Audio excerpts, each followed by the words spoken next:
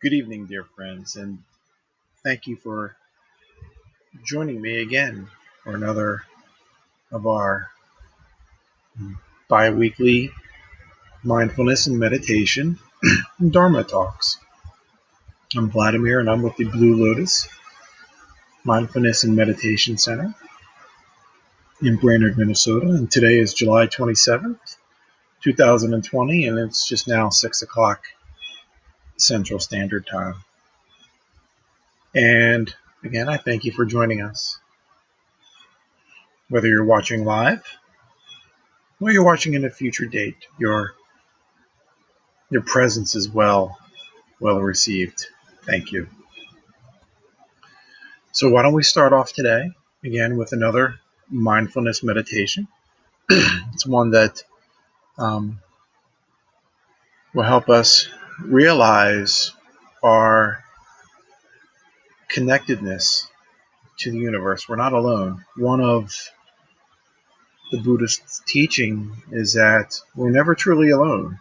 Right? We're always in the presence of the universe. Right? There's always something around us, whether it's a tree or a bird, the air, right? The ground that we're standing on. There's always something there with us, and we're never truly alone. Therefore, we can never truly be lonely. So let's start off with getting in a comfortable position. Some of you may want to lie down, or if you want to just sit back and relax, maybe close your eyes just a little bit, and that's perfectly fine. Whatever is comfortable for you. Okay, so why don't we close our eyes and take a few deep breaths in through our nose and pause it for a few seconds, and then slowly exhaling. And do that 2 or 3 more times. And with each exhale, just feel that stress that maybe you've accumulated throughout the day or even the past few days just be exhaled with your breath.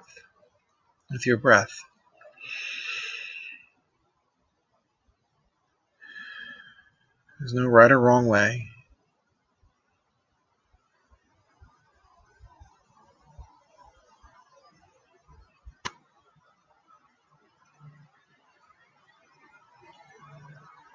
What I'd like for you to do is now picture yourself on the beach. You're right at where the ocean meets the sand, right up against your feet. So the water's just overlapping or lapping up your feet. Maybe up to your ankles or something like that.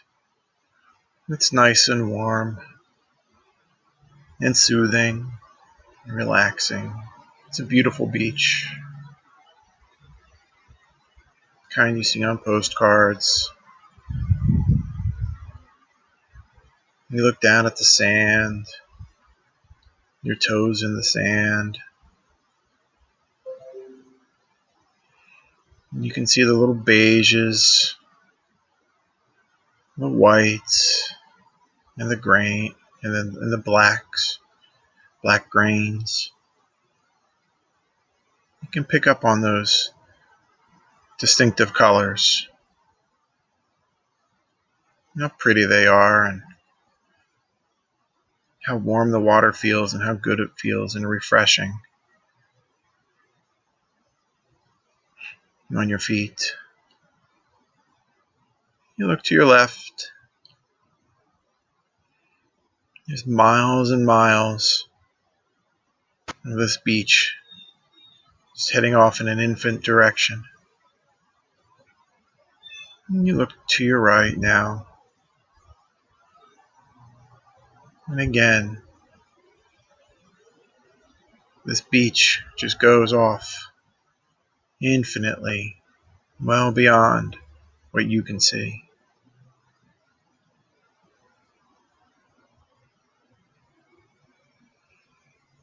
As you bring your feet back down, or your eyes back down towards your feet, you raise them up a little bit, just to where the waves are breaking. You see the little crests of the wave, maybe a little bit of whiteness, where it's starting to break over a little bit. You take your gaze just a little further out, just where the waves are starting to form as they come in from the deep ocean. You can see those little humps as the wave is just starting to come in. And it goes back to the surf zone and back against your feet. It's nice and warm, relaxing. You take your gaze even further out to where the ocean and the horizon meets, many, many, many miles away from you. You can't help but feel this warmth on your feet. And you move out into the ocean just a little bit, maybe up to your shins, not too deep. And each wave hits you, just caresses your shins and your calves. And you recognize this feeling, how warm it is, how inviting. And you recognize this feeling as love, how peaceful it is and how warm it makes you feel in your body. And you can just feel this love just embracing you all through your body, from your feet all the way to your head. It feels so inviting, so welcoming. And you decide to sit down into the water and just relax and enjoy it and embrace and welcome all of these waves of love coming to you. And put your hands back maybe a little bit into the sand and just feel all that love coming to you. Maybe you close your eyes while you're on the beach sitting in the water, just letting this love come in. And in the distance you can hear the seagulls making the sound that seagulls make, right? And as each of those sounds of the birds from those seagulls makes and it approaches your ear, you feel a different feeling. It's acceptance. And each time the bird makes his noise and that sound is getting closer, that's acceptance. The sound is acceptance. And as that acceptance enters your body, it just helps you unload any baggage that you may be carrying, and that maybe you've carried for such a long time. Grief, sadness, self-judgment, all kinds of acceptance is now just flowing through your body. And all of those baggages are now just disappearing and no longer with you. You're really becoming happier and more at one with yourself. And as you lay back and enjoy those sounds from the birds and the waves of love splashing across your body, You feel the warmth of the sun enveloping you as well. And you think about that. What does that feel like? What does that envelopment feel like? And it's compassion. This warmth from the sun is compassion. Compassion from you toward yourself. Forgiveness for any mistakes that you've made. And the compassion that you give towards others. Your heart is just open. Your body's just open and just receiving love, acceptance,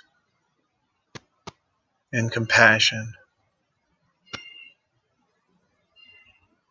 Just let it, for a few moments, permeate and flow through you.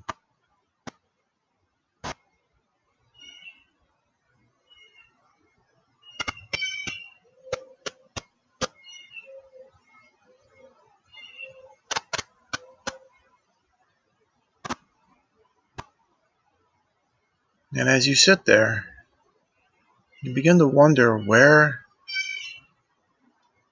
is all of this coming from? Where is it all coming from?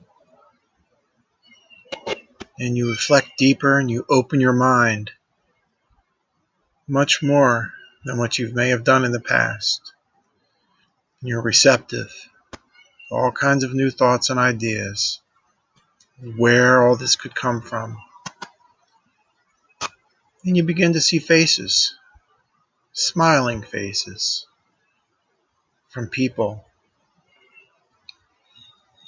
Some faces you may know, you recognize. Some you don't. But they're all smiling at you. As they look at you, they're all smiling with happiness and love, compassion, and acceptance. And you keep being open and receptive. And you begin to see animals, all kinds of beings. Giraffes, elephants, maybe your dog or cat at home. Maybe some animals that you just don't even know their names, but you've seen before. They're capable of love as well.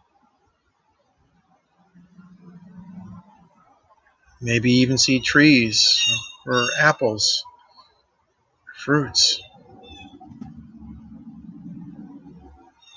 all just radiating this happiness and joy towards you. And you take it a step further, opening up your mind, even broader than what you thought you could even do. And maybe you begin to see different beings, different scenery, species that are just totally unrecognizable, intelligent beings from anywhere, radiating love and acceptance, compassion towards you. You begin to realize that you as well, throughout your day and when you meditate, you send out waves of love and acceptance and compassion. You realize that others as well. Others do that as well when they meditate. They send out those waves of love and compassion and acceptance too. And you're receiving them. That's the connectedness that we all share with the universe. We're not alone in this universe. We're all part of the same consciousness, the same collectiveness. to share its beauty, all that it has to offer.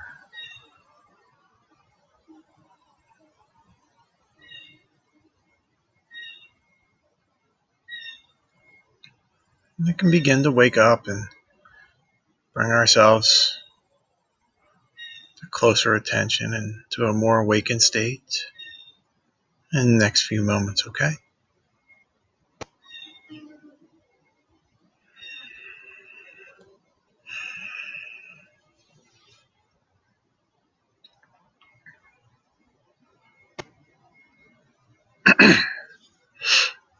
Wow. It was very visual. And visualness is imagery is very important as well. You know, in helping us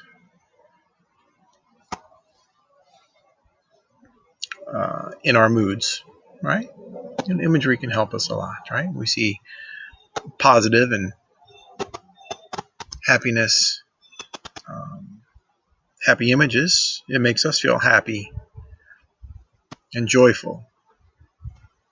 We find loving images, you know, movies or pictures, or even getting a letter in the mail that has a pretty postcard on it or something from a loved one or a dear friend. It makes us feel loving as well. But we can also find disturbing images, you know, that may not make us feel our best and feel worthy and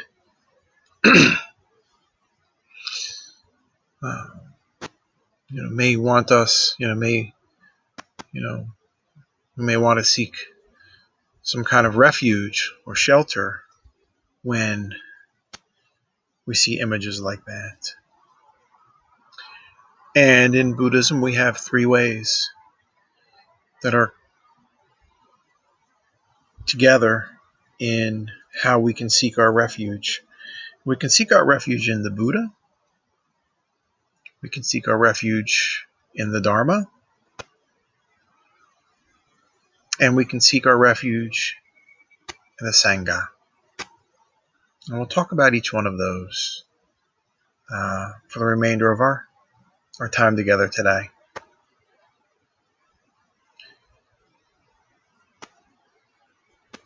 Although we don't need to seek this refuge all the time, if it's just something saddening or upsetting, we can seek it at any time. We don't have to be in despair or in a bad mood, but sometimes that's where people tend to meet, right? When they're maybe not feeling the best. But I say we can seek those refuge moments at any time, right? Even to just remind us of the joy in life. Doesn't have to be a bad time, right? Doesn't always have to be a bad time. And so when we seek refuge to the Buddha, and there's a couple ways we can view that. Some people may want to visualize a physical being, right? And that's okay. That's not wrong, right? We seek refuge in the Buddha. We could also take that as a metaphor, as the enlightenment itself, right? Knowing that there is overwhelming peace and loving kindness, for all of us out there. And enlightenment is possible for anyone, any sentient being. Any sentient being is capable of enlightenment and being Buddha. Buddha is a title, remember, for being an enlightened or an awakened one. So any sentient being has that capacity and capability. So we may seek refuge in the Buddha in those couple different ways, right? We can honor ourselves. We all have a Buddha-like spirit about us. It's in us. But sometimes we need a guide. Right? Sometimes we need a guide to get there. And so we seek refuge in the Buddha to help us, to guide us into that spiritual bliss that we all seek and that we all have, or that we're all capable inside us. The other is we seek refuge in the Buddha, or in the Dharma. Dharma means the way, the truth, or the path, right? It's not necessarily a script, bullet points of what to do, right? It's not about that. Pretty much, if you are working with loving kindness or showing loving kindness towards others, you're doing the right thing. You're doing the Dharma. Doing the Dharma. You're with the Dharma, right? There are many stories about the Buddha and some of his teachings, right? But they all boil down to loving kindness towards everyone, right? Everyone is included. Everyone.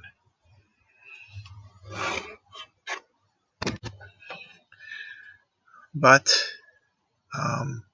some may be a little bit more difficult to reach, right?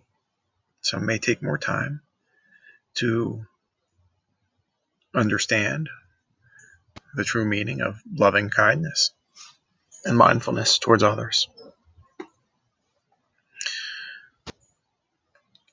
And we will encounter those people, but don't be alarmed, right? Don't be alarmed. Don't be put off. And don't shy away, right? I think there's a saying that, some nuts are tougher to crack, right? And when we offer someone our own loving kindness, we are practicing the Dharma towards them. And that's how we can seek refuge too.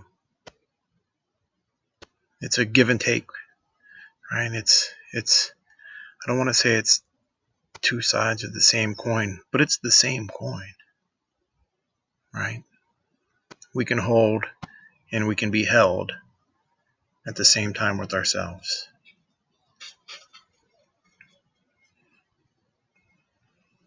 And our third refuge would be the Sangha. The Sangha is a spiritual community, right? Much like a church has a congregation, right? Or a synagogue has a congregation, right? People get together and spiritual brotherhood. We do too. The Sangha is just spiritual practitioners. So we get strength from our community, right? Our community of practitioners. And we can build strong relationships with others in the Sangha. Sangha originally started off with in the 2,500 years ago when Buddha was around. Sangha meant just the monks and the nuns. Now we've taken a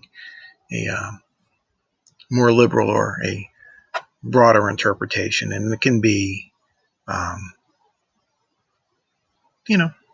a group of people getting together, right? There's a lot of mindfulness and meditation centers out there, and when people get together for whether it's silent retreats or week long or 10 days or whatever the duration is, you can call them practitioners, and you can call all those practitioners together. You can call them a sangha. They're all there for the same purpose, right? For the well-being of themselves and for others. It's hard sometimes being alone, right? And so when we are with others, we can strengthen ourselves. And all of this helps us help others, right? So when we help ourselves, we also help others. And when we help others, we also help ourselves. There was a story of, monks were viewed a long time ago, and maybe even still so today, as beggars, right? Or we could even think of, the homeless person, right? Maybe standing outside in front of Walmart or, Target or something like that with the sign that says, homeless and hungry and, please help. And many of us turn our backs, right? Just ignore them, right? Think what it takes for a human being to stand outside in front of strangers asking for help. Think what that takes. It takes courage, right? It takes humility to be out there, knowing that people are, may say rude comments, unkind comments to them. But think about what happens when we give, right? This is one of the parts of being in a sangha, because we give and we also receive, right? The monks give, they give mindful lessons, Buddhist teachings, Dharma lessons, and they also receive from us. That same homeless person out there, right? The act of giving for us. We give something, and when we give something from ourselves, we also get in return. We may give that person, maybe just whatever we have, some spare change, right? Sitting in our console, or maybe even a few dollars out of our wallet or something like that. What does that mean to us? It's a few cents, a few bucks, right? It's not important what that person does with it, right? Take them for their word that they are homeless and hungry. We may have helped them, in a small sense, in a small way, by showing them kindness. At the very, very least, you have shown them kindness. And when we show kindness to someone else, we get a lot in return. So those are the refuge, the 3 refuge that we can seek. Again, like I said, we don't have to seek these refuge in times of despair, right? We can also seek refuge in times of joy, right? With the Buddha, in the Dharma, or in the Sangha, right? There's many times we can seek refuge. Refuge doesn't always have to be, in times of despair. It can be in times of joy.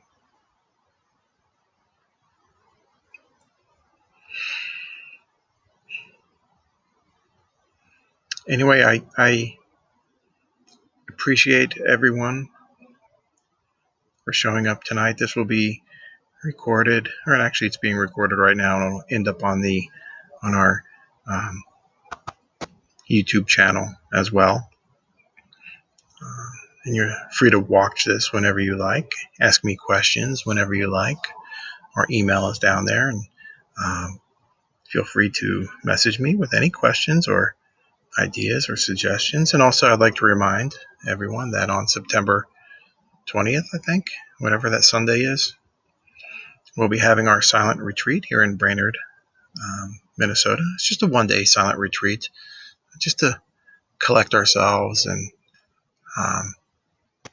after a tumultuous summer, challenging summer, right, with COVID and everything, we will be maintaining social distances.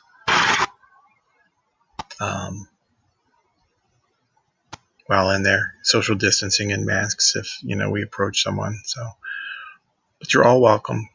Information, registration forms are on our website. I've got some little frog over here croaking someplace. I can't see him. I get a lot of frogs where I'm at. They like to climb up here and they visit me. He's here somewhere. Maybe he's a big frog. I don't know. But all are welcome. All are welcome here. This is a safe haven. Where I live is a safe haven. I respect everybody. All the little things. Anyway, I thank you for coming. Namaste.